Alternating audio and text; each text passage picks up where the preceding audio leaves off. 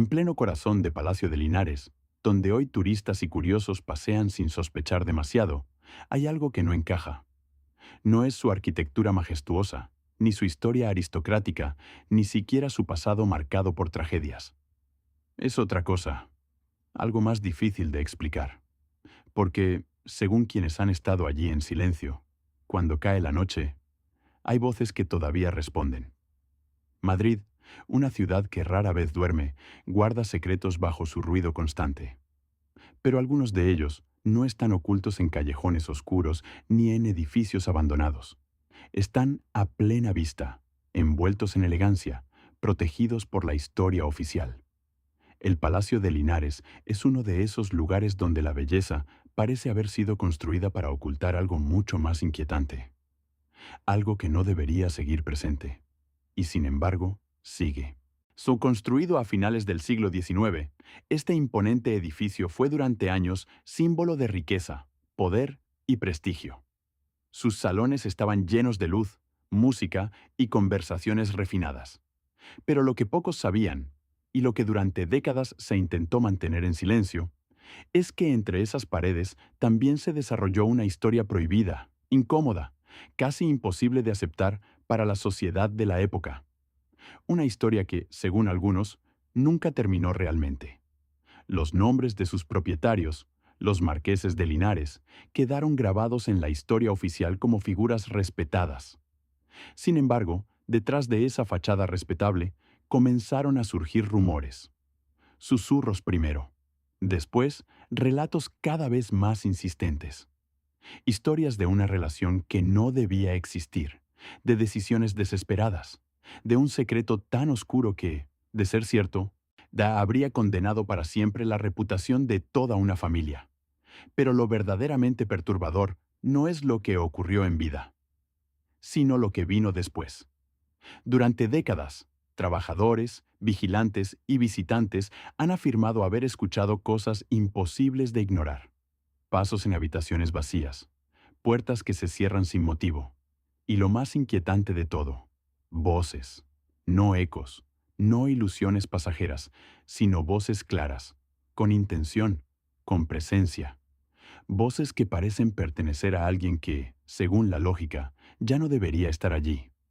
Algunos han intentado racionalizarlo, otros han preferido callar, pero hay testimonios que coinciden en detalles imposibles de inventar colectivamente. Voces infantiles, lamentos suaves, palabras susurradas en habitaciones donde no hay nadie. Y si cada vez que alguien intenta profundizar demasiado en estas historias, aparece una sensación difícil de describir, como si el propio edificio rechazara ser comprendido. Porque tal vez el verdadero misterio del Palacio de Linares no es si está encantado, sino por qué. Y para entenderlo, hay que retroceder, no a los fenómenos, no a los testimonios modernos, sino al origen, a la historia que lo empezó todo. Una historia marcada por el amor, el poder, y una decisión que, según algunos, desató algo que jamás pudo ser contenido. Una historia que muchos preferirían no escuchar, pero que sigue hablando. Mucho antes de que las voces comenzaran a ser registradas por grabadoras modernas, antes incluso de que el palacio fuera objeto de investigaciones paranormales, ya existía una historia que incomodaba a quienes la conocían. No era un simple rumor de sociedad ni una anécdota morbosa destinada a desaparecer con el tiempo. Era algo más profundo, más persistente, como si la propia ciudad de Madrid se resistiera a olvidarlo del todo. Todo comienza con una figura clave: José de Murga y Reolid, un hombre que había ascendido desde una posición humilde hasta convertirse en uno de los personajes más influyentes de su tiempo. Su fortuna, construida con determinación y astucia, le permitió codearse con la élite de una España en plena transformación. Pero como ocurre en muchas historias donde el poder crece demasiado rápido, su vida privada estaba lejos de ser tan ordenada como su imagen pública. En paralelo, aparece otra figura esencial: Raimunda de Osorio y Ortega.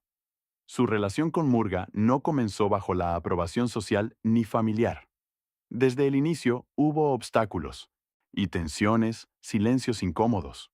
Sin embargo, ambos siguieron adelante, ignorando advertencias, desafiando normas, construyendo una relación que, vista desde fuera, parecía simplemente una historia más de amor entre clases altas. Pero no lo era. Según los relatos más persistentes, y también los más inquietantes, poco antes de morir, el padre de Murga habría revelado un secreto que cambiaría por completo el significado de esa relación. Un secreto que, de ser cierto, convertía aquel matrimonio en algo profundamente perturbador. Raimunda no sería simplemente su esposa, sino su hermana biológica. No hay documentos oficiales que lo confirmen de forma concluyente. Tampoco una prueba definitiva que cierre el caso. Pero esa falta de certeza no ha debilitado la historia. Al contrario, la ha hecho aún más resistente. Es porque en la ambigüedad es donde las leyendas encuentran su mayor fuerza. Y esta, en particular, se ha transmitido durante generaciones con una consistencia inquietante. Se dice que, al descubrir la verdad, la reacción no fue inmediata ni pública. No hubo escándalos visibles ni confesiones abiertas. Lo que hubo fue silencio. Un silencio denso, incómodo, que se instaló en el palacio como una presencia más. Y en ese silencio comenzaron a tomarse decisiones. Decisiones que, según algunas versiones, intentaban borrar cualquier rastro de aquello que nunca debió ocurrir. Algunas historias hablan de un embarazo oculto, otras de un nacimiento secreto, y en las versiones más oscuras, de una niña que jamás fue reconocida oficialmente. Y una niña cuya existencia habría sido considerada un error imperdonable en una sociedad obsesionada con las apariencias y el linaje. No hay registros de su vida, no hay tumba, no hay nombre inscrito en ningún archivo. Pero, curiosamente, sí hay algo que ha persistido con el tiempo. Testimonios de quienes aseguran haber escuchado. La voz de una niña dentro del palacio. Y aquí es donde la historia deja de ser simplemente incómoda, para volverse inquietante. Porque si esa niña nunca existió oficialmente, ¿quién está hablando? Durante años, esta pregunta ha quedado suspendida entre la historia y la sugestión. Pero lo que vendría después, décadas más tarde, haría que incluso los más escépticos comenzaran a replantearse todo lo que creían saber sobre ese lugar. Porque el silencio, en el Palacio de Linares, nunca ha sido absoluto. El palacio permaneció en silencio durante años, o al menos, eso parecía desde fuera. Tras la muerte de José de Murga y Reolid y Raimunda de Osorio y Ortega, el edificio comenzó un lento proceso de abandono. Sus salones, antes llenos de vida, quedaron suspendidos en una quietud casi antinatural.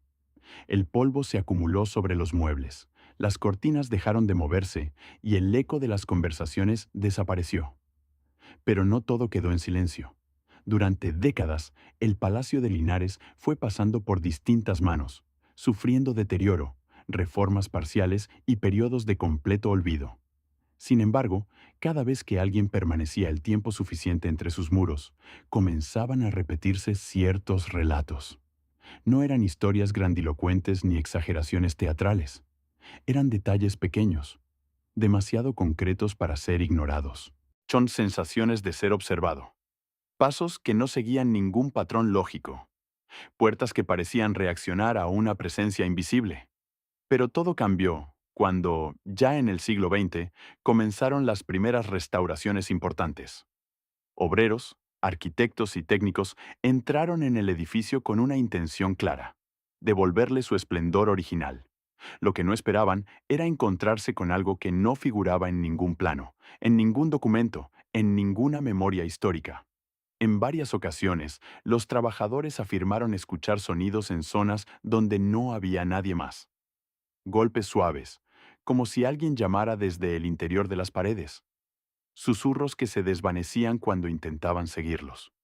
Y en algunos casos, palabras. Palabras difíciles de entender, pero inconfundiblemente humanas. Algunos abandonaron el trabajo. Otros prefirieron no hablar de ello. Pero todos coincidían en una cosa. Dentro del palacio, había algo que no encajaba. Con el paso del tiempo, el edificio fue transformado en la actual sede de la Casa de América, un espacio dedicado a la cultura, el arte y el diálogo entre continentes. Un lugar que, en apariencia, nada tiene que ver con historias oscuras o fenómenos inexplicables. Sin embargo, incluso en esta nueva etapa, los relatos no desaparecieron. Al contrario, comenzaron a documentarse. Fue entonces cuando aparecieron las primeras grabaciones. En una de las más conocidas, realizada durante una investigación nocturna, se registró lo que parecía ser la voz de una niña. No era un ruido ambiguo ni una interferencia fácil de descartar. Era una voz clara, débil o casi frágil, que pronunciaba palabras en un tono que muchos describieron como triste. La grabación se difundió, fue analizada, discutida, cuestionada, pero nunca completamente desacreditada. A partir de ese momento, el palacio dejó de ser solo un edificio histórico para convertirse en un punto de interés para investigadores de lo inexplicable. Equipos especializados comenzaron a visitarlo con instrumentos, cámaras térmicas, grabadoras de alta sensibilidad. Buscaban pruebas, patrones, explicaciones, pero cuanto más intentaban comprender, más parecía resistirse el lugar. Algunos afirmaron haber sentido cambios bruscos de temperatura en habitaciones concretas. Otros describieron una presión en el ambiente, como si el aire se volviera más denso sin razón aparente. Y unos pocos aseguraron haber escuchado claramente una voz infantil llamando, más susurrando, repitiendo frases que no parecían dirigidas a nadie presente. Lo más inquietante no era la existencia de esos fenómenos, sino su coherencia. No eran experiencias aisladas ni contradictorias. Había una especie de hilo invisible que conectaba todos los testimonios. Una presencia constante, persistente, como si algo o alguien siguiera allí, esperando ser escuchado. Y entonces surgió una posibilidad que muchos preferían evitar. ¿Y si la historia no estaba incompleta, sino mal contada? ¿Y si aquello que ocurrió entre los muros del palacio no terminó con la muerte de sus protagonistas, sino que dejó algo atrás, algo que nunca fue reconocido, algo que nunca fue liberado? A medida que los testimonios se acumulaban, el Palacio de Linares dejó de ser solo un escenario de rumores para convertirse en un caso que comenzaba a incomodar incluso a quienes preferían explicaciones racionales. Ya no se trataba únicamente de sensaciones subjetivas o relatos aislados. Había registros, coincidencias, patrones que parecían repetirse con una precisión inquietante. Y cuanto más se investigaba, más evidente se hacía que algo en ese lugar escapaba a las explicaciones convencionales. En el interior del Palacio de Linares, ciertas estancias comenzaron a destacar por encima del resto. Habitaciones donde los equipos de grabación captaban anomalías con mayor frecuencia. Espacios donde el silencio no era realmente silencio, sino una especie de pausa, como si algo estuviera esperando el momento adecuado para manifestarse. Los investigadores hablaban de puntos activos, o sea, zonas donde la actividad parecía concentrarse sin una razón arquitectónica o lógica aparente. Uno de los aspectos más desconcertantes era la naturaleza de las grabaciones obtenidas. No eran sonidos caóticos ni distorsiones difíciles de interpretar. En varios casos, las voces parecían estructuradas, con entonación, con intención. Algunas grabaciones sugerían preguntas, otras, respuestas, como si se tratara de un diálogo incompleto, fragmentado, atrapado en el tiempo. Y en el centro de todo, una constante que se repetía con una persistencia casi perturbadora: la presencia de una voz infantil. Esa voz no gritaba, no amenazaba, no parecía consciente de estar siendo escuchada. Era, según quienes la han analizado, una voz que simplemente estaba, a veces susurrando, a veces apenas audible, pero siempre con una cualidad que resultaba difícil de describir. Una mezcla de inocencia y tristeza que dejaba una impresión duradera en quienes la escuchaban. Algunos investigadores intentaron establecer contacto, formular preguntas directas, esperar respuestas, repetir sesiones en condiciones controladas. En ciertas ocasiones, afirmaron haber obtenido reacciones. No respuestas claras, no conversaciones coherentes, pero sí cambios. Variaciones en los sonidos, pausas que coincidían con preguntas, palabras aisladas que parecían responder de forma indirecta. Nada concluyente, pero tampoco fácilmente descartable. Sin embargo, no todos los fenómenos podían registrarse. Hubo quienes aseguraron haber tenido experiencias que no quedaron grabadas en ningún dispositivo. Sensaciones intensas de presencia a su lado. A la impresión de que alguien caminaba justo detrás, deteniéndose cuando ellos se detenían. Y en algunos casos, la certeza de haber escuchado una voz demasiado cercana, pronunciando palabras que no lograban comprender del todo, pero que parecían dirigidas directamente a ellos. Lo más inquietante de estos relatos no era su contenido, sino la reacción de quienes los vivieron. No hablaban con entusiasmo ni con deseo de protagonismo.